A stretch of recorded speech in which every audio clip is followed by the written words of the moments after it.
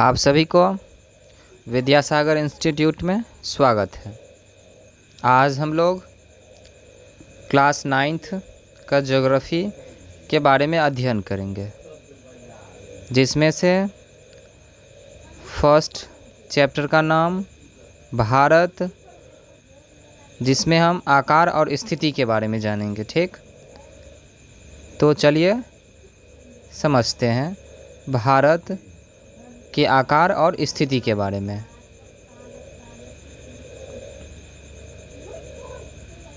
जैसे कि देख सकते हैं यहाँ ऊपर में लिखा हुआ है class 9 SST geography notes chapter 1 Bharat आकार और स्थिति।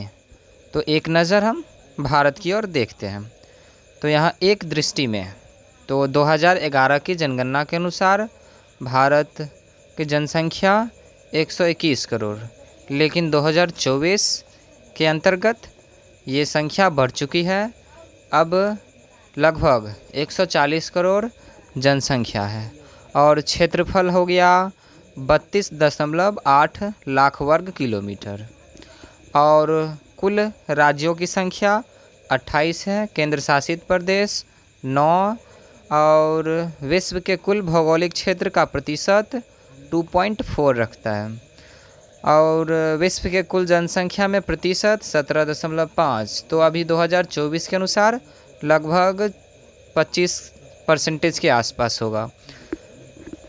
जनसंख्या के अनुसार भारत का स्थान दूसरा है, लेकिन अभी के अनुसार फर्स्ट है। और क्षेत्रफल के अनुसार भारत का स्थान 7वां है। भारत की स्थल सीमा 15,200 किलोमीटर, भारत की समुद्री तट रेखा 7,516.6 किलोमीटर और भारत की मानक यामोत्तर रेखा 82 डिग्री 30 सेकंड या आप मिनट भी कह सकते हैं पूर्व देशांतर। और भारत की अक्षांशीय विस्तार यहाँ दिया हुआ है और देशांतरीय विस्तार भी दिया हुआ है। ये वैसे हम इसके बारे में बाद में डिस्कशन करेंगे। तो यहाँ देख सकते हैं भारत के पड़ोसी देश अफ़गानिस्तान, पाकिस्तान, चीन, भूटान, श्रीलंका, मालदीव, वैसे और कुछ नाम है। वैसे यहाँ ना बेसिकली कुछ नाम इम्प्लीमेंट है। भारत में क्षेत्रफल के आधार पर सबसे बड़ा राज्य राजस्थान है और सबसे छोटा राज्य गोवा। अगर अब बात किया जाए लंबाई और चौड़ाई कितना है, तो भारत में क्षेत्रफल के आधार पर लंबाई हो गया आपका 3,214 किलोमीटर और चौड़ाई 2,933 किलोमीटर। अब हम कर्क रेखा के बारे में जानेंगे, ठीक ना। तो क्या भारत से कर्क रेखा पास करती है कि नहीं? तो कर्क रेखा उत्तरी अक्षांश वृत्त देश के दो बराबर भागों में बांटती है। तो कर्क रेखा कहाँ से गुजरती है? तो गुजरात, राजस्थान, मध्य प्रदेश, छत्तीसगढ़, झारखंड, पश्चिम बंगाल, त्रिपुरा और मिजोरम राज्यों से होकर गुजरती है, ठीक ना। अब हम भारत के आकार के बारे में जानेंगे, ठीक। तो भारत का आकार 32.8 लाख वर्ग किलोमीटर है और भारत विश्व का 7वां बड़ा सबसे बड़ा देश है, ठीक ना। तो 7वां है, पहला हो गया आपका रूस, ठीक ना। तो भारत 7वां रैंक में आता है, ठीक ना। अगर आप मानचित्र पर भारत को अगर देखेंगे तो यहाँ तो हम एटलस को ऐड नहीं किए हैं, तो हम इसके बारे में हम आपको आगे बताएंगे, ठीक ना। ठीक, तो भारत, अब नेक्स्ट पॉइंट समझने का कोशिश करते हैं। तो क्षेत्रफल के आधार पर संसार के देशों में भारत की स्थिति क्या है? तो क्षेत्रफल के आधार पर भारत संसार का 7वां बड़ा देश है। भारत से अधिक क्षेत्रफल वाले देश क्रमशः यहाँ दिया हुआ है। तो फर्स्ट रूस है, सेकंड चीन, third Canada, fourth America, fifth Brazil, 6 Australia और 7 में तो पता ही होगा भारत। चलिए अब देख सकते हैं कि यहाँ डाटा दिया हुआ है, वही चीज़ें हैं यहाँ पर कितना मात्रा में किसका परसेंटेज में, जैसे यहाँ पर क्षेत्रफल किसका कितना है तो वही देख सकते हैं यहाँ पर सबसे ज़्यादा रसिया के पास, और यहाँ कंपैरिजन किया जाए तो भारत के पास 3.25। ठीक ना। चलिए देखते हैं भारत की समुद्री सीमा। तो भारत की समुद्री सीमा मुख्य भूमि से 12 समुद्री मील अर्थात 21.9 किलोमीटर तक है। ठीक ना। अब हिंद महासागर में भारत की केंद्रीय स्थिति से भारत को क्या लाभ है? तो लाभ तो बहुत ही है, जिसने ट्रांस हिंद महासागर मार्गों के कारण भारत को एक रणनीतिक लाभ दिया है, जो पश्चिम में यूरोप के देशों और पूर्वी एशिया के देशों को जोड़ता है। जैसे समुद्री मार्ग से लोग ट्रांसपोर्ट करते हैं, पहले तो स्थल से ट्रांसपोर्ट करते थे, जैसे जैसे टेक्नोलॉजी बढ़ने लगा तो उसके अनुसार लोग अब अपना ट्रांसपोर्ट करते हैं। ठीक ना।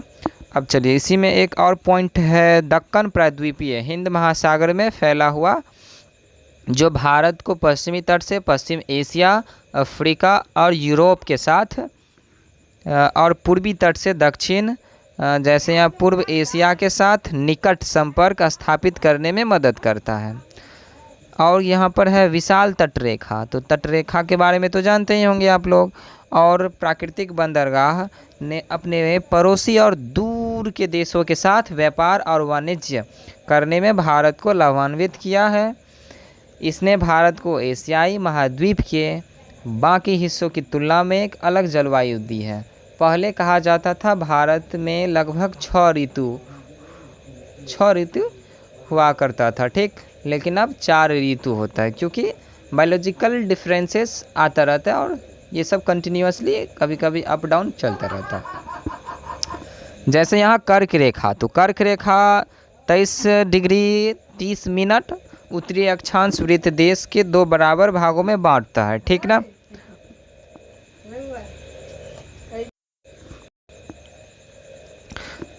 सॉरी सर, थोड़ा देखिए कर्क रेखा। तो कर्क रेखा कौन कौन से राज्यों से होकर गुजरती है? तो यहाँ पर आप देख सकते हैं कर्क रेखा गुजरात, राजस्थान, मध्य प्रदेश, छत्तीसगढ़, झारखंड, पश्चिम बंगाल, त्रिपुरा, मिजोरम राज्यों से होकर गुजरती है। ठीक। भारत में ना आपका विषुवत रेखा पास नहीं करता है। ठीक ना।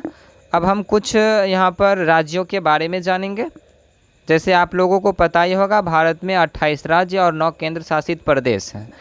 तो यहाँ राज्य और राजधानी के बारे में दिया हुआ है, हम आप सबको पढ़ के सुनाते हैं। ध्यानपूर्वक सुनिएगा और समझने का कोशिश करिएगा। ये सब आप लोग बचपन में पढ़ चुके हैं। ठीक ना।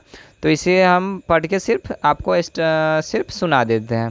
तो फर्स्ट में आपका आंध्र प्रदेश हुआ। आंध्र प्रदेश का आपका अमरावती, असम का दिसपुर, बिहार का पटना, छत्तीसगढ़ का रायपुर, झारखंड का रांची, गुजरात का गांधीनगर, हरियाणा का चंडीगढ़ और हिमाचल प्रदेश का शिमला, कर्नाटक का बेंगलुरु, केरल का तिरुवनंतपुरम, मध्य प्रदेश का भोपाल, महाराष्ट्र का मुंबई, मणिपुर का इम्फाल, मेघालय का शिलोंग और यहाँ पर नागालैंड का कोहिमा, उड़ीसा का भुवनेश्वर, पंजाब का चंडीगढ़, राजस्थान का जयपुर, सिक्किम का गंगटोक, तमिलनाडु का चेन्नई और त्रिपुरा का अगरतला और उत्तर प्रदेश का लखनऊ, पश्चिम बंगाल का कोलकाता, अरुणाचल प्रदेश का ईटानगर, गोवा का पणजी और मिज़ोरम का आइजोल, उत्तराखंड का देहरादून और तेलंगाना का हैदराबाद। जिनमें से आप लोग इसमें ना 2 ऐसा राजधानी है जो आपका दोनों अलग अलग स्टेट का है। जैसे आप कमेंट बॉक्स में बताइएगा कौन सा ऐसा राज्य है जो आपका दोनों का राजधानी ना एक ही है। ठीक ना। चलिए अब नेक्स्ट पॉइंट, यहाँ हम केंद्र शासित प्रदेश के बारे में जानेंगे। तो भारत के केंद्र शासित प्रदेश तो पहले 7 ही हुआ करता था, लेकिन 2019 में जम्मू और कश्मीर का राज्य का दर्जा समाप्त कर उसमें से 2 केंद्र शासित प्रदेश बनाए गए। फर्स्ट है लद्दाख और दूसरा जम्मू और कश्मीर। ठीक ना। तो राज्य और उनके राजधानी के बारे में भी यहाँ दिया हुआ है, तो चलिए आप लोग समझने का कोशिश करिएगा। फर्स्ट है दिल्ली, दिल्ली का तो दिल्ली ही होगा। और अंडमान निकोबार का आपका पोर्ट ब्लेयर है। चंडीगढ़ का आपका चंडीगढ़, दादर नगर हवेली का सिलवासा और लक्षद्वीप का कवरत्ती, पुडुचेरी का पुडुचेरी, दमन एवं दीप का दमन, लद्दाख का लेह, जम्मू कश्मीर का श्रीनगर। ठीक ना, ये सब राज्य और राजधानी है। बेसिकली ये सब आप ना स्टडी करेंगे तो सीख सकते हैं। इसमें ज़्यादा कुछ समझने लायक है नहीं, आप लोग ध्यानपूर्वक पढ़ें और समझने का कोशिश करें, क्योंकि पढ़ने से आपका हेजिटेशन दूर होता है। ठीक ना, चलिए अब यहाँ पर नेक्स्ट पॉइंट देखते हैं। भारत में क्षेत्र फल के आधार पर सबसे बड़ा और एवं सबसे छोटा राज्य। तो अभी अगर याद होगा तो इससे पहले बताए थे हम, भारत में ना क्षेत्रफल के आधार पर सबसे बड़ा राज्य और राजस्थान, और सबसे छोटा राज्य गोवा है। ठीक ना, हम वर्ल्ड मैप इंडियन मैप में हम आपको दिखाएंगे नेक्स्ट वीडियो में। ठीक ना, अब अगर बात किया जाए जो पड़ोसी देश कौन कौन सा है, तो भारत अपनी सीमाएं पाकिस्तान, अफ़गानिस्तान, चीन, नेपाल, बांग्लादेश, म्यांमार, भूटान के साथ साझा करता है। ठीक ना, और समुद्र के पार के दक्षिणी पड़ोसियों में 2 द्वीप देश हैं, जैसे कि अर्थात मालदीव और श्रीलंका, इससे भी अपना संबंध बनाता है। ठीक ना, भारत शेष एशिया से अलग है और इसे हम उपमहाद्वीप कहा जाता है। अब समझने लायक यह है कि उपमहाद्वीप है क्यों, भारत को क्यों कहा जाता है, कुछ तो स्पेशल होगा। तो यहाँ पर उपमहाद्वीप क्या है, तो किसी महाद्वीप का एक बड़ा भाग जो भौगोलिक और सांस्कृतिक व आर्थिक दृष्टि से महाद्वीप के अन्य भागों से अलग पहचान रखता है और तथा उसके भूभाग में एकरूपता हो, उपमहाद्वीप कहलाता है। तो देखिए क्या लिखा है यहाँ पर, किसी महाद्वीप का एक बड़ा भाग जो भौगोलिक, सांस्कृतिक, ज्योग्राफिकल, कल्चरल और इकोनॉमिक दृष्टि से अगर महाद्वीप के अन्य भागों से अलग पहचान देता है, मतलब क्या, स्पेसिफिक होना चाहिए। ठीक ना, तो वही हो गया आपका महाद्वीप। उपमहाद्वीप, हाँ, भारत में तो है ही सब कुछ विविधता, आप लोग तो पढ़ते ही आ रहे हैं बचपन से ही, भारत में विविधता ही विविधता है। अब है भारत उपमहाद्वीप में सम्मिलित देशों के नाम, जैसे यहाँ भारत उपमहाद्वीप में उत्तर पश्चिम में पाकिस्तान है, उत्तर में आपका नेपाल हो गया, भूटान, और पूर्व में आपका बांग्लादेश, और मध्य में भारत सम्मिलित है। ठीक ना, चलिए रुकिए 2 मिनट, और यहाँ पर चलिए फर्स्ट चैप्टर में बेसिकली इतना ही है। अब सेकेंड चैप्टर के बारे में डिस्कशन होगा। तो अगर किसी को डाउट हो, किसी भी पॉइंट ना समझ में आए, तो आप कमेंट बॉक्स में हमसे संपर्क कर सकते हैं। ठीक, चलिए हम फिर से थोड़ा सा रिपीट कर देते हैं यहाँ फर्स्ट लाइन का। ठीक ना, ये जो ये शॉर्ट नोट्स है यहाँ पे, उसके बाद आप डिटेल्स यहाँ दिया हुआ है, अगर आप लोग अगर गौर किए होंगे नोट्स पर तो। ठीक ना, तो ऐसा करिए, हम वीडियो को यहीं पे ख़त्म करते हैं, क्योंकि आप लोग तो देख ही चुके हैं नोट्स। चलिए देखने के लिए आप सबको धन्यवाद। ठीक, थैंक यू।